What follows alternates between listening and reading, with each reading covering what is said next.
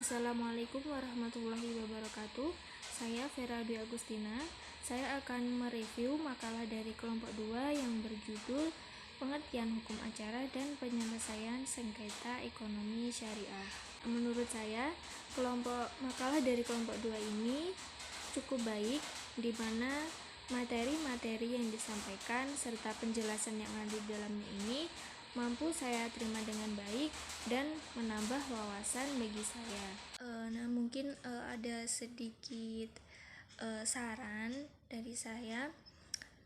Dari segi kerapian, menurut saya makalah kelompok 2 ini sudah rapi. Mungkin ada beberapa hal yang perlu diperhatikan, misalkan seperti spasi, jarak spasi itu saya temukan beberapa itu tidak sama.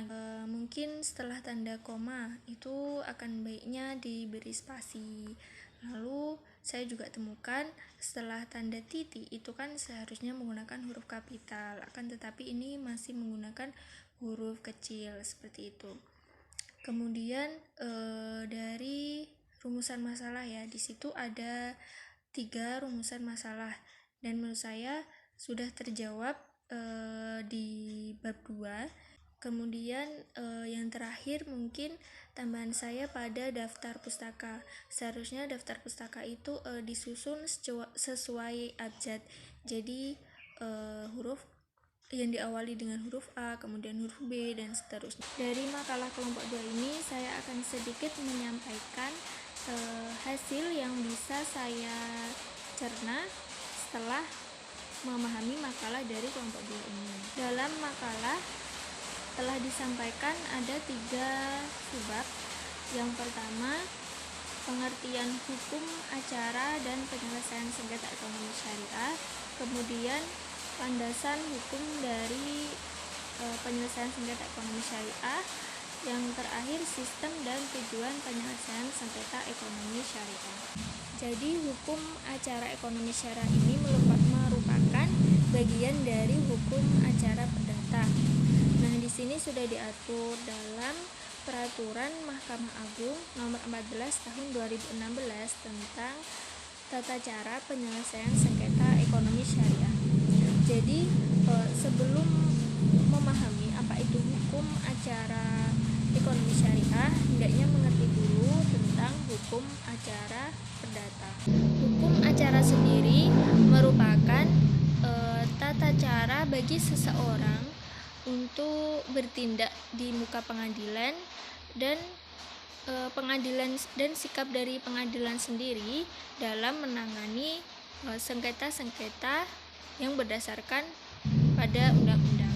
Kemudian penyelesaian sengketa ekonomi syariah sendiri merupakan kompetensi absolut dari peradilan agama. Hukum acara peradilan agama merupakan tata cara bagi seseorang yang bertindak di muka persidangan dan tindakan pengadilan dalam memutuskan sengketa berdasarkan undang-undang. Dan ini ada sengketa itu berada di lingkungan peradilan agama. Materi yang kedua yakni landasan penyelesaian sengketa ekonomi syariah. Di sini banyak sekali sumber hukum yang dapat digunakan untuk menyelesaikan sengketa ekonomi syariah.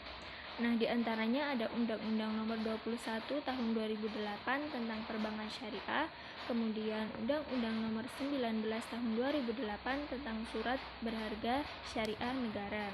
Nah, sumber hukum yang kedua adalah Fatwa Dewan Syariah Nasional. Nah, Dewan Syariah Nasional ini berada di bawah MUI yang berdiri pada tahun 1999. Dewan Syariah Nasional ini bertugas menetapkan fatwa yang berhubungan dengan usaha bank. Nah, itu juga harus sesuai dengan prinsip-prinsip syariah. Yang selanjutnya adalah akad perjanjian atau kontrak.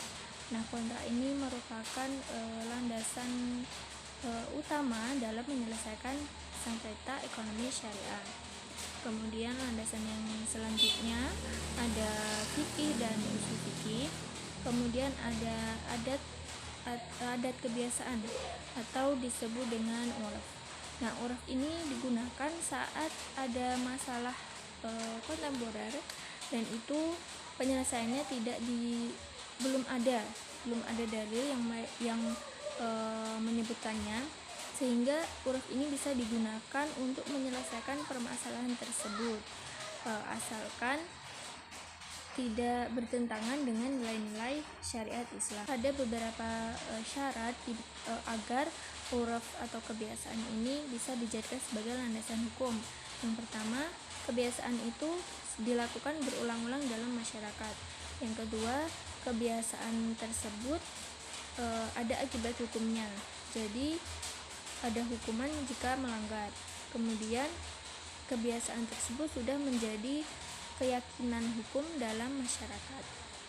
Landasannya selanjutnya ada jurisprudensi dan doktrin. Jurisprudensi itu merupakan pendapat hakim yang berkekuatan hukum tetap dan juga dibenarkan oleh Mahkamah Agung. Kemudian landasan hukum penyelesaian sengketa ekonomi syariah yang terakhir ada kompilasi hukum ekonomi syariah atau KHES. Nah, KHES ini muncul disebabkan terrealisasikannya Undang-Undang Nomor 3 Tahun 2006, di mana undang-undang ini memberi kewenangan baru untuk menyelesaikan sengketa di bidang ekonomi syariah. Adanya KHES ini, kompilasi hukum ekonomi Islam ini, untuk membantu pengadilan dalam menetapkan hukum bagi sengketa di bidang ekonomi syariah. Yang terakhir tentang sistem dan tujuan penyelesaian sengketa ekonomi syariah. Nah, sistem yang digunakan untuk menyelesaikan sengketa ekonomi syariah ini ada dua, yakni litigasi dan non-litigasi. Nah, non-litigasi ini penyelesaian sengketa itu di luar pengadilan. Nah, ada 5 cara berdasarkan Undang-Undang Nomor 30 Tahun 1999. 5 cara itu adalah: yang pertama konsultasi, yang kedua konsiliasi, yang ketiga mediasi, yang keempat negosiasi, dan yang terakhir adalah penilaian ahli. Nah, sistem yang selanjutnya adalah litigasi atau di pengadilan. Nah, sistem litigasi ini merupakan cara terakhir untuk menyelesaikan sengketa ekonomi syariah jika menggunakan cara non litigasi itu tidak berhasil. Nah, dalam litigasi ini mediasi juga termasuk salah satu cara penyelesaian sengketa ekonomi syariah jika menggunakan sistem litigasi. Tujuan penyelesaian sengketa ekonomi syariah ini untuk membantu menyelesaikan permasalahan-permasalahan yang ada di masyarakat tentang ekonomi syariah. Jadi agar penyelesaian permasalahannya itu cepat, tepat, dan adil sesuai dengan semestinya. Sekian review dari saya, kurang lebihnya mohon maaf. Wassalamualaikum warahmatullahi wabarakatuh.